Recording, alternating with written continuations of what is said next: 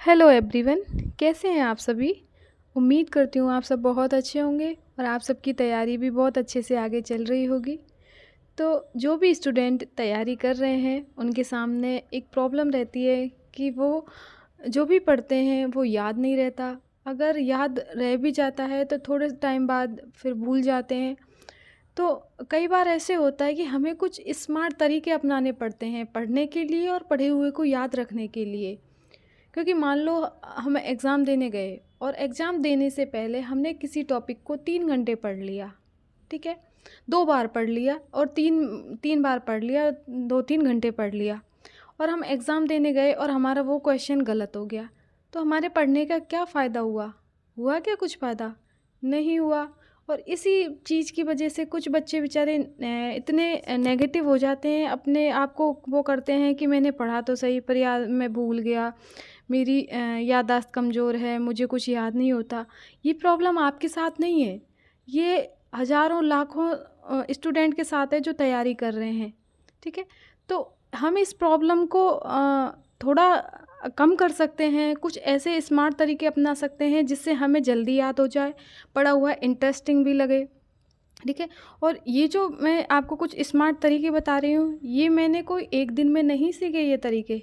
इन तरीक़ों को सीखने में पता है मुझे काफ़ी टाइम लग गया, 6-7 साल लग गए। तब मैं अब इतना समझने लगी हूँ कि हाँ, किस तरीके से कोई भी टॉपिक को पढ़ा जाना चाहिए। जब मैं स्टार्टिंग में तैयारी करने लगी थी तो मेरे हस्बैंड बोलते थे मुझे कि तुम्हारा पढ़ने का तरीका बहुत गलत है, तुम सही से नहीं पढ़ती हो, बस रीडिंग लगाती हो, 2-3 बार रीडिंग लगा ली। अरे रीडिंग लगाने से नहीं होता, आपको पढ़ा हुआ याद भी रहना चाहिए। तो मैं उनको बोलती थी कि नहीं, आप रहने दो, मैं तो अच्छा पढ़ती हूँ, बहुत अच्छे से कर रही हूँ मैं, आप मुझे कुछ मत बोलो। तो फिर बाद में मुझे अकल आई, कहते हैं ना कि मैं वो एक पक्की इंसान हूँ, क्या बोलते हैं, चिकनी घड़ी हूँ। जब खुद के साथ चीज़ें गुजरती है ना तो मुझे तभी कोई चीज़ का एक्सपीरियंस होता है। तो वही एक्सपीरियंस जो मैंने किया है इन सालों में, वही मैं आपके साथ शेयर कर रही हूँ। हो सकता है कुछ बच्चों को ये ठीक लगे, और हो सकता है कुछ को ये बिल्कुल ख़राब लगे। तो जिनको ठीक लगे वो इसको अपना सकते हो और जिनको ख़राब लगे कोई बात नहीं भाई, आप अपने अपने तरीके से पढ़ते रहो। ठीक है, तो सबसे पहले तो क्या है कि जैसे कि हमने कोई टॉपिक पढ़ा, यानी कि सबसे पहले हम जैसे वो देखते हैं कि हम कोई मंदिर पढ़ रहे हैं, महल पढ़ रहे हैं या दुर्ग पढ़ रहे हैं, इस तरीके की चीज़ पढ़ रहे हैं, या फिर कोई ज़िले के बारे में देख रहे हैं, या फिर किसी भी ज्योग्राफी का कोई भी टॉपिक पढ़ रहे हैं। तो हम सबसे पहले हमें क्या करना चाहिए कि उसका जैसे महल पढ़ रहे हैं तो महल को गूगल करके देखो कि ये महल कैसा है, कैसा दिखता है बाहर से। और एक उसका छोटी छोटी वो आजकल विजिट करने जाते हैं लोग, आप तो वीडियो बना ही देते हैं दुर्ग वगैरह की। तो देखो उसमें कि क्या क्या चीज़ें आपको एक बार में समझ में आती है, क्योंकि जैसे हम कोई मूवी देखने जाते हैं तो 2.5-3 घंटे की मूवी होती है, वो हमें आसानी से क्यों याद रहती है। बहुत पुराना पहले कभी मूवी देखी हो वो आज तक कैसे याद रहती है कि उसमें सीन चलते रहते हैं, वो सीन हमारे माइंड में सेट हो जाते हैं। सेम इसी तरीके से जब आप महल दुर्ग किले इनको पढ़ो ना तो फ़ोटो देख लो, फ़ोटो देखोगे तो वो चीज़ें आपके दिमाग में सेट हो जाती है कि हाँ। अब वो है जैसे कि अपना हवा महल, तो हवा महल को आप देखोगे तो आपको पता चल जाएगा कि किस तरीके से उसमें छोटे छोटे झरोके हैं, लाल पत्थर से बना हुआ है वो सारी चीज़ें। तो इसलिए सबसे पहले कोई भी चीज़ पढ़ो तो उसकी एक इमेज सर्च कर लो, गूगल से सर्च कर लो, यूट्यूब पे देख लो उसके बारे में जो भी दे रखा है।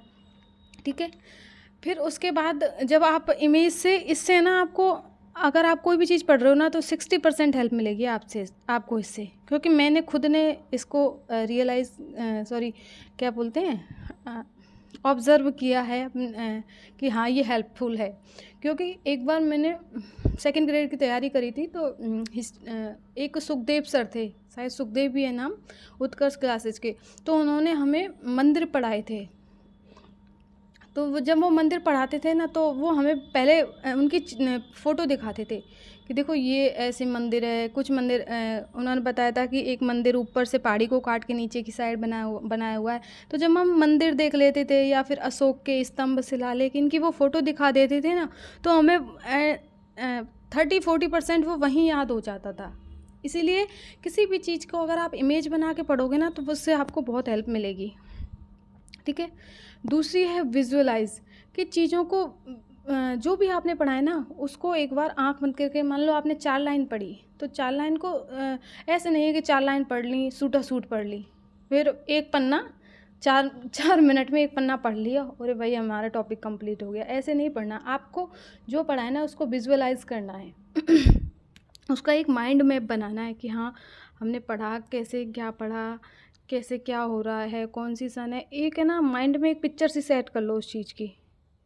ठीक है, कोई भी टॉपिक है, बहुत सारे टॉपिक हैं, कोई भी देख लो आप अपने हिसाब से। जैसे बिजोलिया किसान आंदोलन है, अपन इसको पढ़ते हैं तो इसको पढ़ने से पहले आप है ना थोड़ा सा अपने माइंड में एक पिक्चर बनाओ कि कैसे स्टार्ट हुआ होगा, क्या हुआ होगा, लोग कैसे इकट्ठे हुए होंगे, जो चीज़ें आप पढ़ते हो ना उसको विजुअलाइज करो माइंड में। विजुअलाइज करोगे ना तो आपको बहुत हेल्प मिलेगी उससे चीज़ों को याद रखने में लंबे टाइम तक, और जब एग्ज़ाम दोगे ना आप तो अपने आप आपको वो चीज़ याद आ जाएगी। ठीक है, तीसरा है कि आपको है ना चीज़ों को कोरिलेट करना है अपनी लाइफ से, अपने फैमिली मेम्बर से, अपनी जर्नी से, कुछ भी चीज़ के लिए।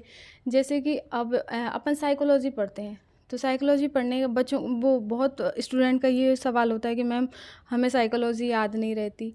अगर साइकोलॉजी याद रखने का सबसे बेस्ट तरीका क्या है ना कि अपने परिवार में कोई छोटा बच्चा हो तो आप उसकी एक्टिविटीज़ को देख के कि उसने किस टाइम पे किया क्या कैसे करा, तो उन चीज़ों को याद रखे, उन चीज़ों को देख के आप याद रख सकते हो। ठीक है, कि अपने बच्चे को जब अपन एक छोटे बालक को ग्रो होता देखते हैं ना तो वही साइकोलॉजी, वही है सारा बाल विकास ही पढ़ते हैं, वही सारी चीज़ें होती हैं, घूम फिर के वहीं आती रहती हैं। तो आप इस तरीके से अपने कोई फैमिली मेम्बर से को रिलेट करके पढ़ सकते हैं। अब जैसे अपन कई बार वो होते हैं, कोई भी चीज़ें अपन कभी अपन बीकानेर के बारे में पढ़ रहे हैं और ठीक है, तो बीकानेर के बारे में जब पढ़ रहे हैं और मान लो अपन कभी बीकानेर गए होते हैं तो अपन को है ना पहले ही जब अपन बीकानेर डिस्ट्रिक्ट के बारे में पढ़ेंगे तो अपन को ऐसा लगता है कि हाँ हम यहाँ पे गए हुए हैं, वहाँ की कुछ चीज़ें आपको पहले ही याद आने लग जाती हैं। तो वो जब चीज़ें आपको याद होती है ना तो वो कहीं ना कहीं आपको उस टॉपिक ऐसे आप फेमिलियर हो जाते हैं उस टॉपिक के साथ थोड़े से कि हाँ यहाँ मैं गया हुआ हूँ, ऐसे ऐसे होता है। या फिर वही उस टॉपिक को यूट्यूब से देख लो, या फिर आपका कोई दोस्त वहाँ गया हो तो इस तरीके से याद कर लो। ठीक है, अब जैसे कि मैंने पढ़ा था कि अलवर को राजस्थान का स्कॉटलैंड बोलते हैं कि यहाँ पे शराब का बहुत ज़्यादा वो होता है। तो मैंने पता है क्या क्या कैसे याद रखा, मतलब मैं ये बताना चाहती हूँ कि स्कॉटलैंड मतलब शराब का ज़्यादा उत्पादन होता है। तो कि क्या बोलते हैं, हमारे गांव में जो मेरा नेटिव प्लेस है गांव, उसमें सारे लोग ज़्यादातर ड्रिंक करने वाले ही हैं। तो बस ऐसे याद हो गया कि स्कॉटलैंड, हम अलवर में ही रहते हैं तो अलवर स्कॉटलैंड हो गया। तो इस तरीके से अब जैसे बीकानेर है, राजस्थान का लूण का रणसर बीकानेर को बोलते हैं। ठीक है, तो वहाँ पे वहाँ की चीज़ें कैसे, अभी लूण का रणसर को कैसे शायद मूंगफली उत्पादन के कारण बोलते हैं राजस्थान का लूण का रणसर। तो अपन मूंगफली में नमक लगा आता है ना, अपन खाते हैं उसको तो थोड़ा टेस्ट उसका ऐसे होता है, कैसा बोलते हैं उसको, नमकीन हाँ। तो नूण बोलते हैं गाँव में नमक को नूण, तो ऐसे याद हो जाती हैं। तो इस तरीके से याद करनी चाहिए आपको चीज़ें, इससे कहता है बहुत हद तक चीज़ें याद रह जाती हैं दिमाग में। अब जैसे अभी अपन ने गेहूँ टॉपिक पढ़ा था, आपको याद है ना, कृषि पढ़ा था तो अपन ने गेहूँ पढ़ा था। तो गेहूँ के उत्पादन में पहला स्थान गंगानगर का है, दूसरा हनुमानगढ़ का है, तीसरा चित्तौड़ का है और चौथा बूंदी का है। याद हो तो आपको, है ना, मुझे याद है, आपको पता नहीं याद है या नहीं है। तो देखो उसको ऐसे याद रख सकते हैं, गंगा तो उत्पादक राज्य हैं ये। तो जैसे गंगा नदी, गेहूँ बोए हमने, गंगा नदी से जल दिया गेहूँों में, जब गेहूँ हो गए तो हनुमान जी को हमने चूरमा चढ़ाया, रोट चढ़ाया हनुमानगढ़ दूसरा। जब हनुमानगढ़ जी को रोट चढ़ा के फिर चित्तौड़गढ़ यानी कि चित्त यानी मन प्रसन्न हो गया। ठीक है, तो इस तरीके से मन प्रसन्न हो गया। और बूंदी का भी कुछ ऐसे ही लटका दो कि हाँ मन प्रसन्न हो गया तो हमने बूंदी खाई, फिर हनुमान जी को भोग लगा के फिर हमने बूंदी खाई। तो इस तरीके से कुछ ऐसा करके देखो कि चीज़ें आपको याद रह जाएं लॉन्ग टर्म में। सच में अभी आपको ये पता नहीं क्या लग रहा होगा, ये कह रहे होंगे मैम क्या पागलों की तरह बता रही है। मेरी लाइफ में मतलब 70% ये चीज़ें वर्क करने लग गई हैं, आप यकीन मानो। तो आपके लिए भी हेल्पफुल रहेंगी, एक बार ट्राई करके देखो क्या जाता है ट्राई करने में। ठीक है, नेक्स्ट है कि ट्रिक अप्लाई करो कि जितना हो सके ट्रिक देखो। अब जैसे कि अपनी ये नदियाँ हैं, अपवाह प्रणाली है अपने, तो ये जितनी भी नदियाँ हैं ना, ये सारी ट्रिक से याद होती हैं। जैसे बेबच, बाणगम, गंगा, गपका, खारी और कोठारी, ये सब मिलकर गिरे बंगाल की खाड़ी, ठीक है। सालू की मासोजा पश्चिम में बनास को लेकर अरब सागर में, तो ये अरब सागर में गिरने वाली नदियाँ हैं। और अपने जो भी हैं कर्क रेखा पे जो अपने भारत के राज्य हैं, उनको राम जाके छह गंगू मित्र। तो इस तरीके से ट्रिक भी बहुत काम करती हैं। जहाँ आपको ज़िलों को याद रखना हो, राज्यों को याद रखना हो, या फिर पॉलिटी में बात करें, राष्ट्रपतियों को, राज्यपाल को, इन सबको याद रखना हो तो वहाँ ट्रिक लगाओ, काम करती हैं ट्रिक अच्छे से। और आप अभी अगर आप खुद से ट्रिक बनाओगे ना तो आपको ज़्यादा हेल्पफुल रहेंगी, ठीक है। बहुत सारे टॉपिक ऐसे हैं जिनकी मैं तो ट्रिक बना के ही याद करती हूँ, और काम भी करती हैं वो ट्रिक, याद भी आ जाती हैं आराम से एग्ज़ाम में। और नेक्स्ट है अपना कि लेटर सिमिलरिटी। जैसे कि कोई भी चीज़ है तो आप उसके लेटर देखो कि हाँ इसका ये कुछ ऐसे होते हैं ना कि फर्स्ट लेटर और दोनों का फर्स्ट लेटर मिलता है, तो इस तरीके से देखो। या फिर दोनों का साउंड मैच करता है तो साउंड के बेसिस पे देखो। कुछ वर्ड्स वैसे होते हैं जिनकी साउंड मैच करती है। जैसे कि कैसे बताऊँ, अभी मुझे कुछ ऐसा दिमाग में आ नहीं रहा, पर हाँ आप मुझे कोई भी एनी हाउ कुछ भी दे दो याद करने के लिए, मैं आपको ट्रिक से 2 मिनट में याद करके बता दूँगी, ठीक है। लेकिन ये मेरे को बहुत एक्सपीरियंस के बाद आया है, इसलिए मैं अब वो जो चीज़ मेरे को हेल्प कर रही है वो मैंने इसीलिए आपके साथ शेयर की है। अगर आपको अच्छी लगे तो अच्छा कमेंट करना, वरना लगे तो ठीक है, आपकी मर्ज़ी, आप जो भी करना चाहो, ठीक है ना। तो आज के लिए इतना ही, फिर मिलते हैं एक अच्छी सी वीडियो के साथ। तब तक आप अपना ध्यान रखिए, खुश रहिए, मस्त रहिए, अपने आसपास खुशियाँ बांटते रहिए। जय हिंद, जय भारत।